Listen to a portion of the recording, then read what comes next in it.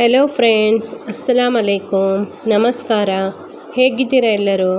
Welcome back to sin free kitchen. ಇವತ್ತು ನಾನು France ಸುಕ್ಕ ರೆಸಿಪಿಯನ್ನು ನಿಮ್ಮೊಂದಿಗೆ ಶೇರ್ ಮಾಡ್ತಿದ್ದೀನಿ.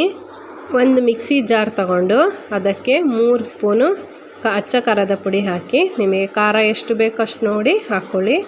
ಅದಕ್ಕೆ 1 ಟೀ ಸ್ಪೂನ್ ಅರಿಶಿಣದ ಪುಡಿ ಮತ್ತು 2 ಚಮಚ ಧನಿಯಾ ಪುಡಿ ಹಾಕಿ, ಅದಕ್ಕೆ ಒಂದು 7-8 ಎಸಳು ಬೆಳ್ಳುಳ್ಳಿಯನ್ನು ಹಾಕಿ, ಹುಣಸೆಹಣ್ಣು ನೆನೆಸಿಟ್ಟಿದ್ದು ಅದನ್ನು ಹಾಕಿ, ಸ್ವಲ್ಪ ನೀರು ಹಾಕಿ ನುಣ್ಣಗೆ ರುಬ್ಕೋಬೇಕು.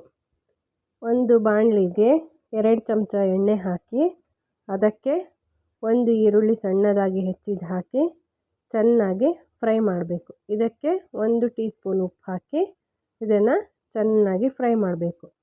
ಇದಕ್ಕೆ 1 ಟೊಮೆಟೊನ ಸಣ್ಣದಾಗಿ ಹೆಚ್ಚಿದ್ದು ಹಾಕಿ ಫ್ರೈ ಮಾಡಬೇಕು. ಇದಕ್ಕೆ ಸ್ವಲ್ಪ ಕರಿಬೇವು ಸೊಪ್ಪು ಮತ್ತು ತುರಿದಿಟ್ಟ ಅರ್ಧ ಶುಂಠಿನ ಹಾಕಿ ಮಿಕ್ಸ್ ಮಾಡಿ ಅದನ್ನು ಸ್ವಲ್ಪ ಹೊತ್ತು ಬೇಯೋಕ್ಕೆ ಇಡಬೇಕು.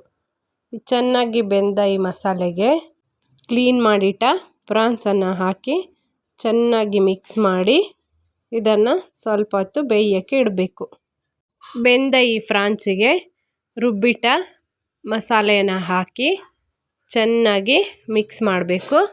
ಈಗ ಉಪ್ಪು ಖಾರ ಎಲ್ಲ ಕರೆಕ್ಟಾಗಿದೆಯಾ ಅಂತ ನೋಡ್ಕೋಬೇಕು. ಇದನ್ನು ಚೆನ್ನಾಗಿ ಕುದಿಸ್ಬೇಕು. ಇದನ್ನು ಸ್ವಲ್ಪ ಹೊತ್ತು ಡ್ರೈ ಆಗೋಕ್ಕೆ ಬಿಡಬೇಕು. ಡ್ರೈ ಆದಮೇಲೆ ಇದಕ್ಕೆ ಸ್ವಲ್ಪ ಕೊತ್ತಂಬರಿ ಸೊಪ್ಪು ಹಾಕಿದ್ರೆ ಫ್ರಾನ್ಸ್ ಗ್ರೇವಿ ರೆಡಿ ಆಗುತ್ತೆ. ಫ್ರಾನ್ಸ್ ಗ್ರೇವಿ ಜೊತೆಗೆ ಒಂದು ನೀರು ದೋಸೆ ರೆಸಿಪಿನ ಶೇರ್ ಮಾಡ್ತಿದ್ದೀನಿ. ಇದಕ್ಕೆ 2 ಗ್ಲಾಸು ಅಕ್ಕಿನ ನೆನೆಸ್ಬೇಕು. ಅಕ್ಕಿನ ಒಂದು 3-4 ಗಂಟೆಗಳ ಕಾಲ ನೆನೆಸೋಕೆ ಇಡಬೇಕು. ಒಂದು ಮಿಕ್ಸಿ ಜಾರ್ ತಗೊಂಡು ಅದಕ್ಕೆ 1 ಹೆಚ್ಚಿದ ಈರುಳ್ಳಿ ಮತ್ತು ಅರ್ಧ ಕಪ್ ತೆಂಗಿನಕಾಯಿ ತುರಿ ಮತ್ತು ನೆನೆಸಿಟ್ಟ ಅಕ್ಕಿಯನ್ನು ಹಾಕಿ ನುಣ್ಣಗೆ ರುಬ್ಕೋಬೇಕು. ಹಿಟ್ಟನ್ನು ಈ ಹದಕ್ಕೆ ಮಾಡಿ ಅದಕ್ಕೆ ರುಚಿಗೆ ಬೇಕಾದಷ್ಟು ಉಪ್ಪು ಹಾಕಿ ಚೆನ್ನಾಗಿ ಕಲಸಿ ಇಡಬೇಕು. ಒಂದು ತವ ಬಿಸಿ ಮಾಡಿ ಆ ತವಕ್ಕೆ ಎಣ್ಣೆ ಹಚ್ಚಿ ಈಗ ನೀರು ದೋಸೆನ ಹಾಕಬೇಕು.